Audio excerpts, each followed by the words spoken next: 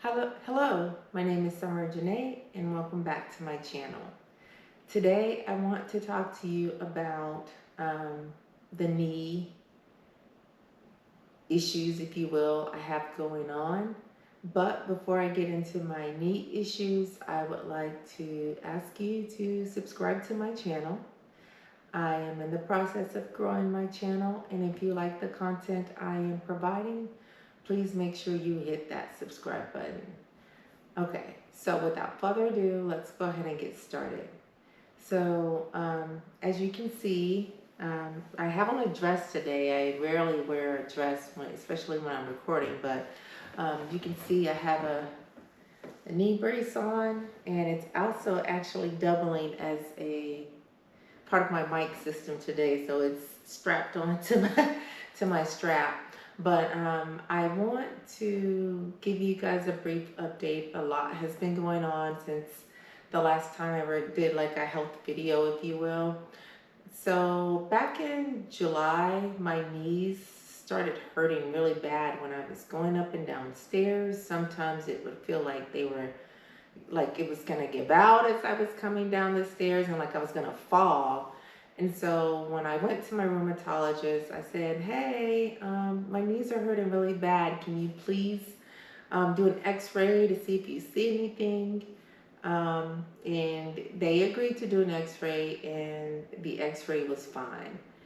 And just the level of pain I was having, I knew something was wrong. So I scheduled an appointment with an orthopedist office locally, and they were able to get me in really quickly, and I appreciated that. So the first visit, they did different x-rays than what my rheumatologist did, and he was like, oh, everything looks good, there are no issues. But then I asked, well, I told him, I said, hey, I have this condition that usually if something's going on with me, it doesn't show up on the x-ray. So they MRI'd my left knee. And after they did the MRI of my left knee, they could see I had really bad arthritis under my kneecap. And so I asked, leaving the office that day, if I'm thinking she's not the nurse and the person, his executive assistant, if you will, if she could send the information over to my rheumatologist so he could see what was going on, because we were in the process of changing my medication. Anyway, fast forward, I went for my next treatment, and I get in there. Before I can get my infusions, I have to talk to the doctor, and when I'm talking to him, I say, hey, did you get the MRI readout? And he's like, no, I didn't get it. Who did it? And what's going on? And he started asking all these questions. And I'm like, man, I know she said she was going to do it. So then on the way out of his office, I had to complete a records release so that he could get the results of the MRI. Fast forward I left out, sorry, I forgot to tell you that that was in August when I first saw the orthopedist. And so that was a Wednesday. They did the MRI on Thursday, and Friday they could see the damage in my knees. And since they were both hurting, just my left knee was hurting way worse than my right knee, I ended up starting, the orthopedist told me, hey, you need to have knee surgery. And I was like, what are my other options? And so that's when he said, well, you can try injections to see how that works for you. So that was the weekend before we went to New Orleans for my aunt's birthday party, that's how I remember. But anyway, and so then I would say fast forward 2 months later, my shots began to wear off. I'm like in excruciating pain, like before it even started. And I was under the impression that the injections would last for like 5 to 6 months. And I was like, wait, something's not right. They're only lasting almost 2 months. So that last month, I pretty much had to gut it out and couldn't get an injection. And then, so during that last month, I was asking questions in the portal and calling and leaving messages, but his staff of the first doctor was not responding. And so in my mind, I'm thinking, well, if he said I need to have surgery and they're non-responsive and I haven't had surgery, heaven forbid something happens and then I go ahead and get the surgery. And then in recovery, I have a question or something, I need to come in or whatever, and they're non-responsive and I haven't had surgery. So in my mind, I was thinking, let me see if I can get another doctor. So I pretty much stayed within the same umbrella of organization, if you will. I ended up going to they have an orthopedic urgent care. So I ended up going to the orthopedic urgent care, and it was like trying to get some relief from my knees. And they at least gave me some pain medicine, but they were like, well, you have to wait 90 days before you can get your next injection, and that's just the rule of thumb. Even though your insurance company says, you know, you can have it now, they usually don't do more than 90 days or less than 90 days in terms of the injections. And so I was like, okay, so what am I supposed to do? Am I supposed to sit here and be in pain for the next, I think I had 2 weeks at that point. And he's like, no, we can write you, they wrote me a prescription for some pain medication, but everything makes me sleepy. So I couldn't really take the pain medication the way I needed to, especially during the day or if I were gonna drive, because it makes me sleepy and it has the warning that you shouldn't be taking the medication and driving. So I was still pretty much having to suck it up, especially if I had to go physically into work. So fast forward, I decided to try another doctor. Not that I had anything wrong with the doctor, it was just the staff of the first doctor, or himself. So I ended up switching to a different doctor, and I noticed when I got in there, he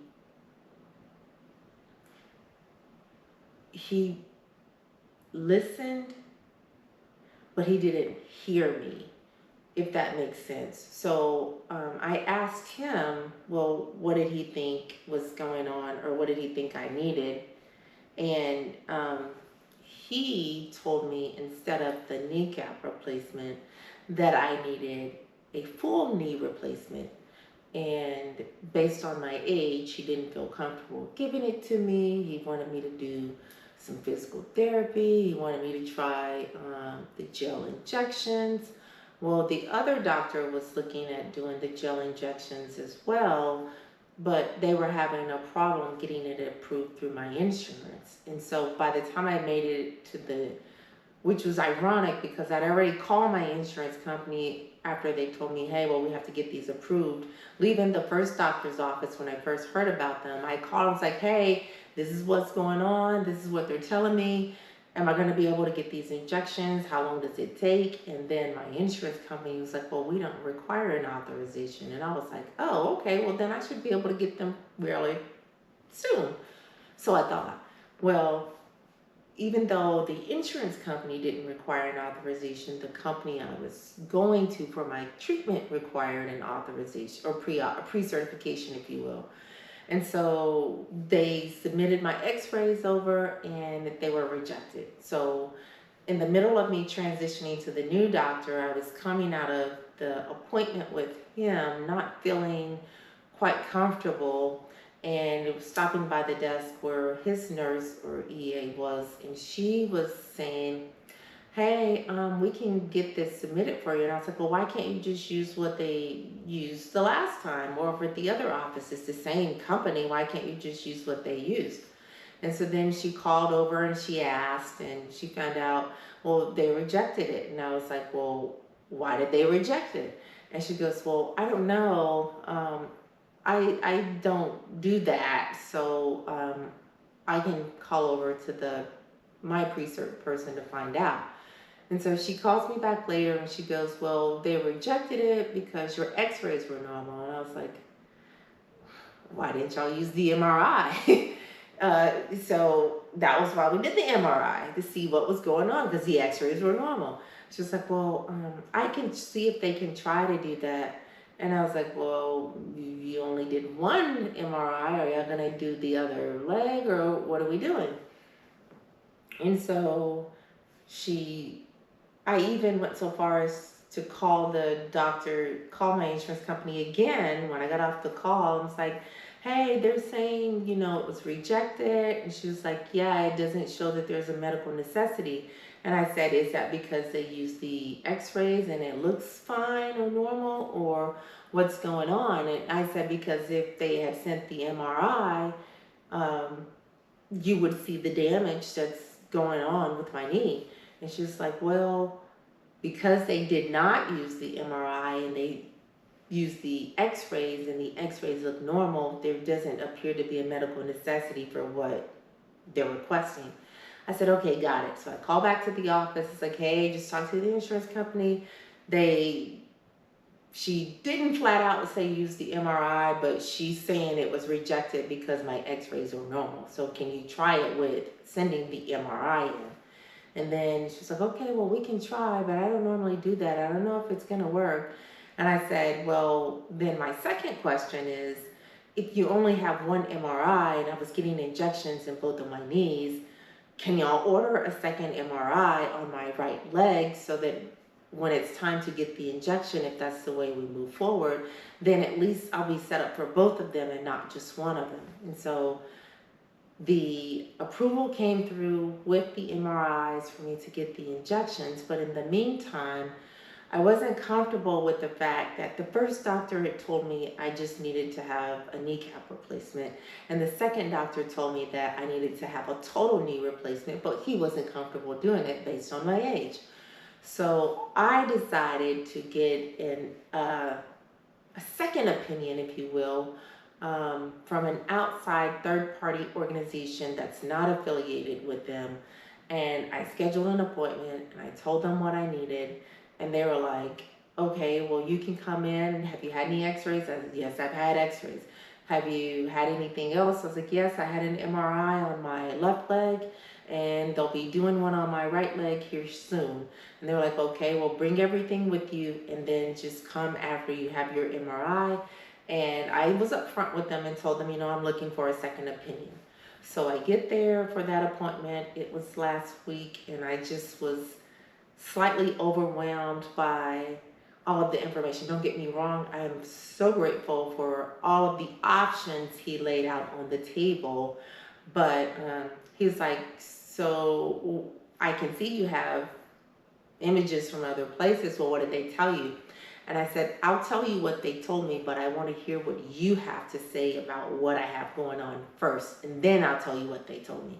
So then he said, well, looking at your MRI, your kneecap is off track and you would need a lateral release. And I was like, hey, I just had that done like 10, 11 years ago. So what else do you have? He said, well, based on the damage behind your kneecap, you're going to need to have a knee replacement. So he said, that's option number 2. And so I asked for the pros and cons. He gave them to me and I was like, okay. I said, so are those all my options? He goes, no. Option number 3 is, we definitely know you need to have a kneecap replacement, and or at the minimum, you need to have another lateral release. And I was like, I'm not feeling a lateral release because I just did that, and here we are like 10, 11 years later, and you're saying I need to have another one. So I'm looking for a long-term solution in terms of my care so that I can get back to doing and being active the way I was. So then he said, based on the tenderness you're experiencing in other areas of your knee, it is possible that you would need a complete knee replacement. And I said, okay.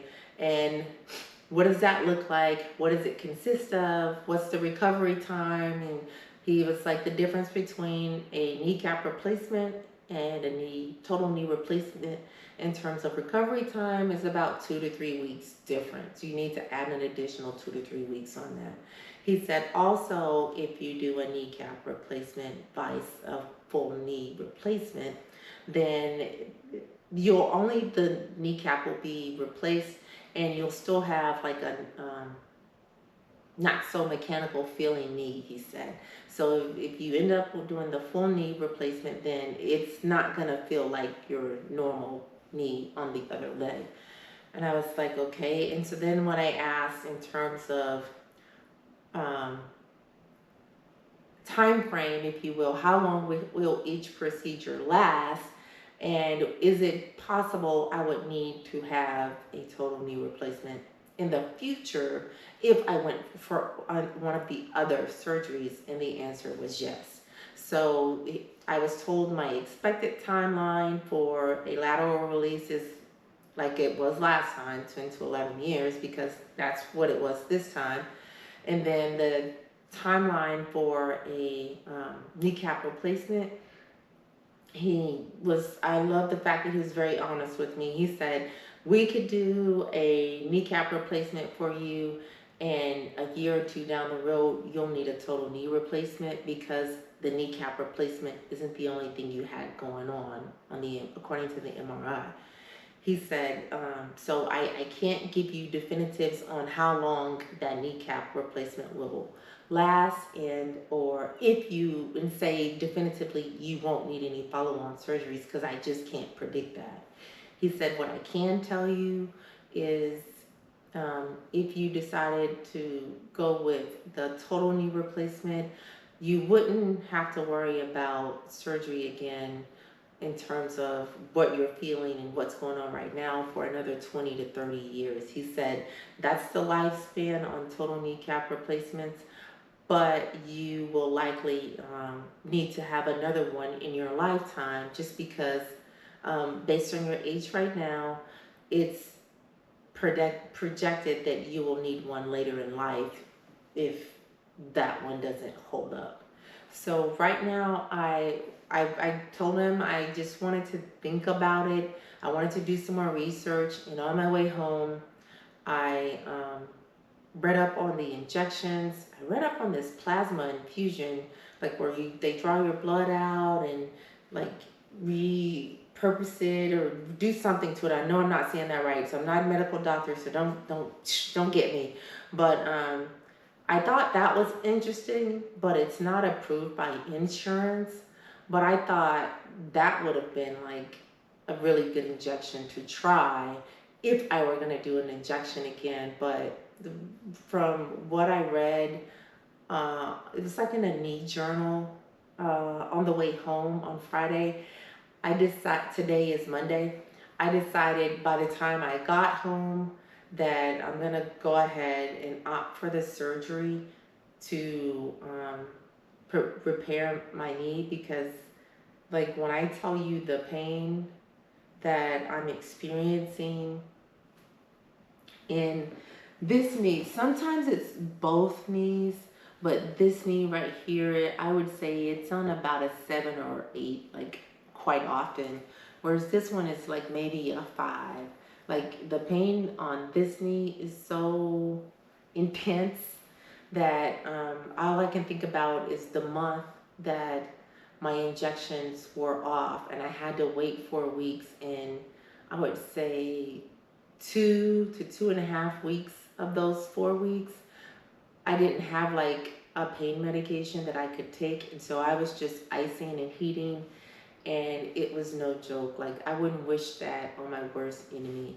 So but I made this video to put it in the nr-axspa series, the non-radiographic ankylosing spondylitis videos, because if you heard me in the beginning when I was talking about my rheumatologist did an x-ray and it didn't show up, the orthopedist did an x-ray and they were like, oh, your bones look perfect. It didn't show up. It wasn't until I got the MRI that the edema and the fluid, and you can see the swelling on my leg, but inside was showing up with the MRI. So for those of you who have my condition, I'm making this video for you so that you can advocate for yourself. If you're to the point and something is hurting, like it's hurting different, because with our condition, you're gonna hurt. But if it's like a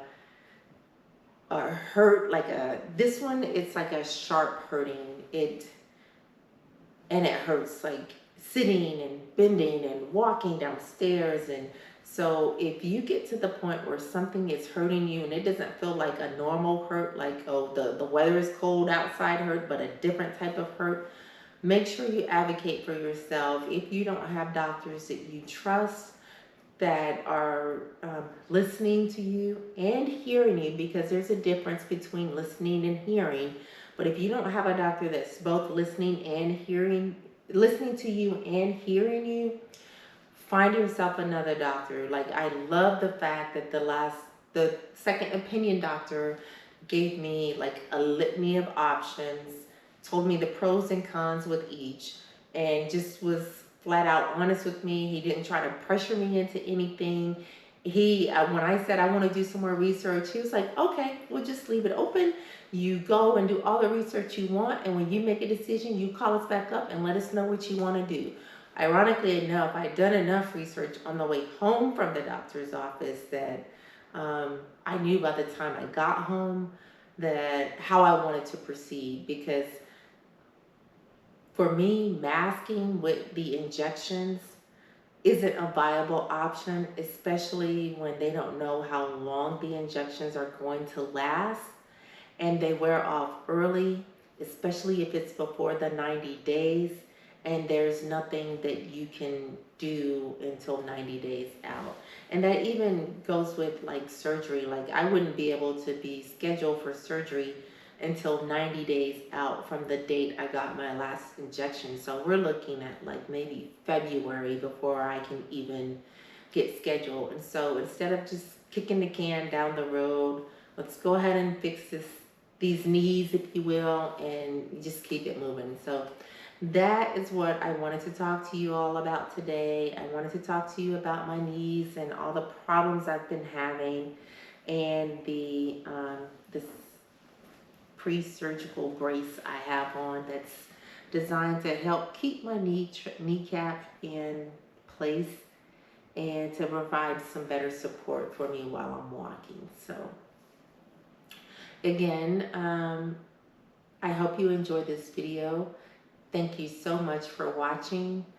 I want you to have a great rest of your day, and please remember to advocate for yourself. If something's not right, doesn't feel right, doesn't sound right, make some changes, make those moves, and take care of you.